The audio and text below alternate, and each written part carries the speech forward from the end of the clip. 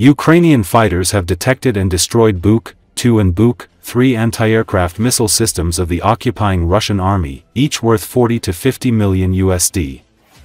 The Buk-3 complex was detected by aerial reconnaissance in the eastern direction of the front and was destroyed by a strike from the Humars rocket launcher. The Buk-2 complex was destroyed by strikes from the 65th Brigade of the Ukrainian Armed Forces with kamikaze drones.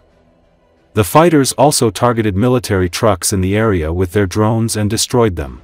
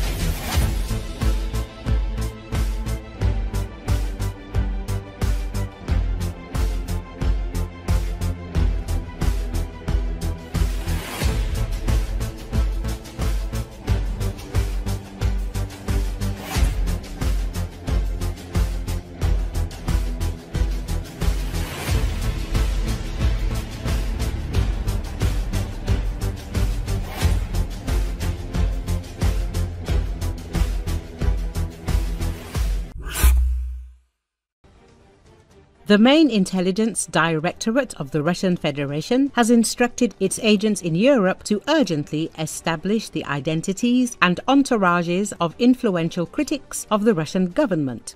The goal is to prepare possible intimidation and pressure operations. This is reported by the Moscow Times. In early 2025, the main intelligence directorate of the Russian Defense Ministry stepped up operations against opposition-minded public figures in Europe. According to the Dossier Center, GRU agents received direct orders to collect the most detailed information possible about people who openly oppose the Kremlin. First and foremost, we are talking about politicians, journalists, bloggers, activists and representatives of creative circles whose anti-war and anti-Kremlin positions influence public opinion. The agents are required to provide not only biographical data, telephone numbers and residential addresses, but also information about the financial connections, sponsors and business partners of these individuals. According to sources, the collected dossiers can be used in special operations aimed at discrediting, intimidating, and even possibly physically eliminating opponents. Potential perpetrators of such tasks may include both recruited perpetrators found on the internet and representatives of organized crime or radical right-wing groups in the EU. Experts do not rule out that such actions are part of a broader hybrid strategy by Russia to undermine democratic institutions and attempt to silence external critics of the regime. The Dossier Center is an international project founded by Mikhail Khodorkovsky that specializes in exposing corruption and the activities of Russian intelligence agencies.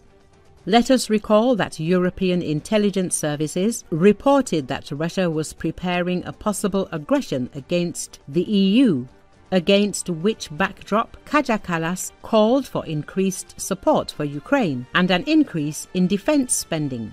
According to the official, EU states should be prepared for the fact that an aggressor country may try to test their defenses in the coming years. In this regard, the head of European diplomacy named the continuation of military support for Ukraine as a priority task and also pointed out the importance of EU countries increasing their defense spending. There is no doubt that we can do more to help Ukraine, Kallas said, expressing confidence that with European help, Kiev can win. She supported statements by US President Donald Trump, who believes that NATO allies should invest more in defense.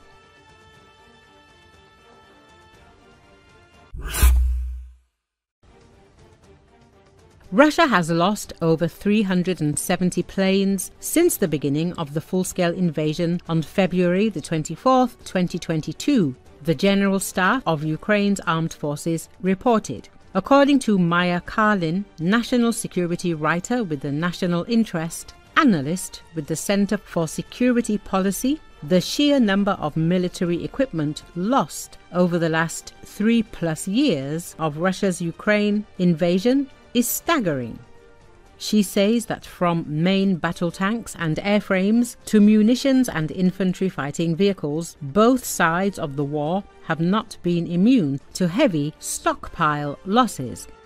When it comes to destroyed aircraft, it is estimated that the Russian Air Force has likely lost at least 100 fixed-wing combat planes. Ukrainian sources claim this number is actually much higher. Throughout the war, Russia has relied heavily on its fleets of Su-35s, MiG-25s and Su-27s to carry out its offensive operations, Maya Karlin said. According to her, Russia's aerial fleet of 4.5 generation Su-35s has perhaps been the most heavily involved aircraft flown in the war. Nicknamed the Super Flanker by NATO, this twin-engine, super-maneuverable jet designed by Sukhoi remains one of Moscow's more formidable platforms, featuring 12 hardpoints capable of lugging external weapons and stores. The Super Flanker can pack a punch. Although the Kremlin likes to tout that its MiG-35 Fulcrum F jet is a 5th-generation platform, this platform has struggled to live up to expectations in the Ukraine war. The Russian jet was designed to feature enhanced radar and pack a punch, but the F-35 Lightning II counterpart certainly falls short of its American near-peer in terms of engine power and stealth. Equipped with 9 hardpoints, the Russian fighter can carry a combination of Kh-31P anti-radar missiles, Kh-31A anti-ship missiles, Cab-500KR TV-guided bombs, and the Kh-29TE missiles. Power-wise, the jet's FADEC RD-33MK engines are more durable than their Kimov RD-33 successors, but still are lacking when compared to the Lightning II's Pratt & Whitney F-135, Maya Karlin said. The Soviet-era Su-27 may be one of the oldest fighter platforms flown by Russian forces in Ukraine, but the Sukhoi-designed jet is perhaps the most tried and trusted out of Moscow's fleet. Shockingly, Moscow's Su-57 5th-generation fighter series has not played a particularly large role in the Ukrainian war to date. Despite its top-notch capabilities, as purported by Kremlin officials, the Russian jet has not had as much airtime as its Soviet-era predecessors. Last summer, One Su-57 was reportedly damaged following a drone raid carried out by Ukrainian forces. Perhaps this platform is more vulnerable to Kiev's weapons arsenal than Moscow would like to proclaim. Maya Karlin said.